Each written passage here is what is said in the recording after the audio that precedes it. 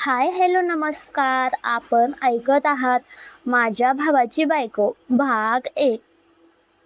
पुण्यातील शिवाजीनगर परिसरातील त्या आलिशान बंगल्यात आज सकाळ नेहमीसारखीच होती, पण भिंतीवरच्या चित्रांमागे लपलेली एक अस्वस्थता जणू हवा शोषून घेत होती. बाहेर पावसाच्या सरींची रिपरिप सुरूच होती, पण बंगल्याच्या आतलं आयुष्य मात्र एका स्थिर आणि थंड वाळवंटासारखं होतं. सकाळी 7 वाजले होते. अनुप्रियाने आज पुन्हा एकदा तिची नित्यनेमाची सुरुवात केली होती. तिने तिची सुती साडी व्यवस्थित केली, केसांचा घट्ट अंबाडा बांधला आणि आरशात स्वतःच्या प्रतिमेकडे पाहिले. त्या प्रतिमेत तिला स्वतःची ओळख पुसल्यासारखी वाटली. तिचे डोळे सुजलेले होते, पण चेहऱ्यावर एक कडक शिस्तबद्ध शांतता होती. ती खाली हॉलमध्ये आली तेव्हा तिला परागचे पावले ऐकू आले. पराग हॉलमध्ये आला. त्याने राखाडी रंगाचा फॉर्मल शर्ट घातला होता. त्याचे केस नीटनेटके विंचरलेले होते. तो थेट डायनिंग टेबलावरच्या खुर्चीवर जाऊन बसला. त्याने अनुप्रियाकडे साध्या नजरेनेही पाहिले नाही. तिने टेबलावर चहाचा कप ठेवला. परागने लॅपटॉप उघडला आणि त्याच्या बोटांचा कीबोर्डवर होणारा टकटक आवाज शांततेचा भंग करत होता. अनुप्रियाला काहीतरी बोलायचे होते. तिला विचारायचे होते, काल रात्री तुम्ही जेवणासाठी का आला नाहीत? पण तिचे शब्द घशातच अडकले. तिने परागच्या चेहऱ्याकडे पाहिले. परागचे डोळे पूर्णपणे लॅपटॉपच्या स्क्रीनवर बुडालेले होते. त्याचे कपाळ आकुंचन पावले होते. तो त्याच्या प्रोजेक्टच्या आकडेमोडीत इतका गुंतला होता की त्याच्या समोर जिवंत माणूस बसला आहे याचेही त्याला भान नव्हते. तिने हाताची बोटे टेबलावरच्या काठावर घट्ट आवळली. तिला आठवले की लग्नाला 2 वर्ष झाली, पण आजही हे घर एखाद्या कार्यालयासारखे वाटते. जबरदस्तीने झालेलं हे लग्न अनुप्रियासाठी एक प्रोजेक्ट बनलं होतं, ज्यामध्ये परागला रस नव्हता आणि तिला त्यातून सुटका हवी होती. पराग हा माणूस म्हणजे केवळ काम, डेडलाईन्स आणि नफ्याचा हिशोब इतकेच मर्यादित जग होते त्याचे. अनुप्रिया स्वयंपाकघरात गेली. तिने गॅस पेटवला. पाण्याचे भांडे ठेवताना तिचा हात थोडा थिरकला. तिने खिडकीतून बाहेर पाहिले तर बागेतील फुले ओल्या मातीत इतकी झुकली होती, तिला वाटले तीही अशीच नात्याच्या ओझ्याखाली झुकली असावी. तिने पुन्हा एकदा परागकडे पाहिले. तो अजूनही त्याच स्थितीत होता. तिने आपल्या डायरीत काहीतरी ओळी लिहिल्या. इथे सगळं काही आहे, पैसा, वैभव, वेळ, फक्त आयुष्य नाहीये. परागला त्याची जागा मिळाली आहे. मला माझी जागा शोधायची आहे. दुपारची वेळ. पराग कामात असताना त्याच्या फोनची रिंग वाजली.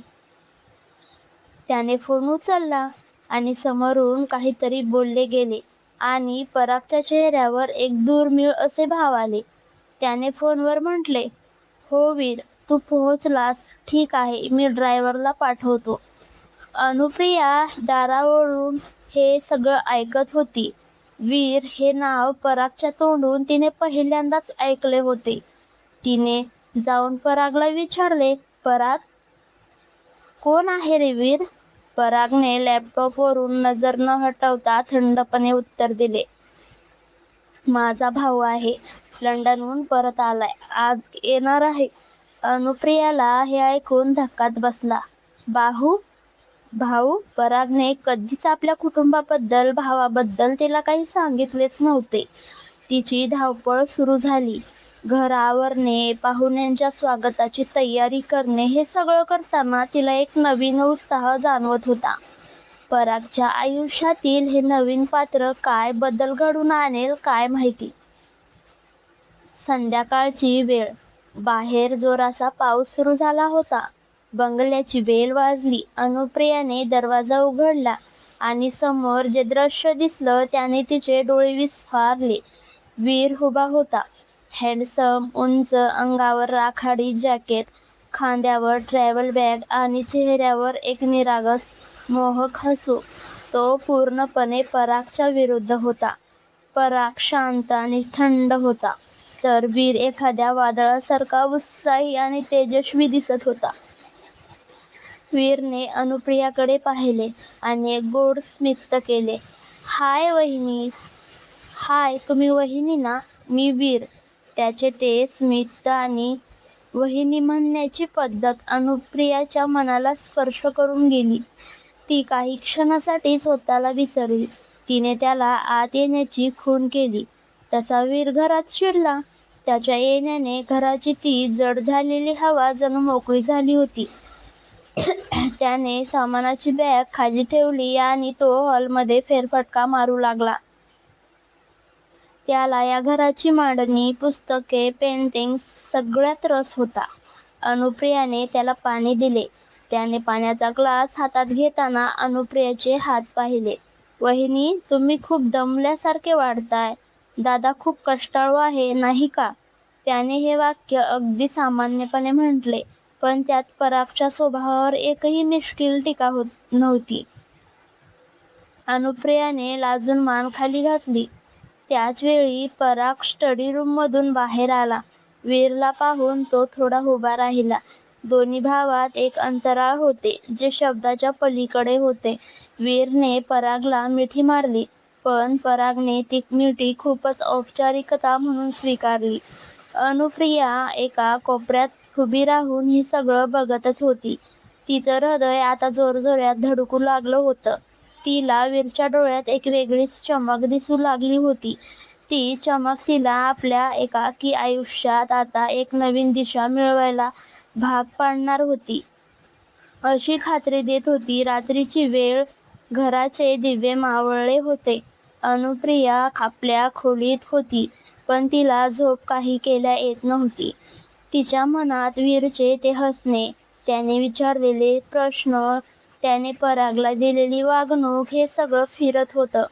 ती खिडकीपाशी उभी राहून बाहेर पाऊस अजूनही सुरू होता. तिने लांबून पाहिले की वीर बाल्कनीतून उभा होता आणि तो फोनवर कोणाशी तरी हसत बोलत होता.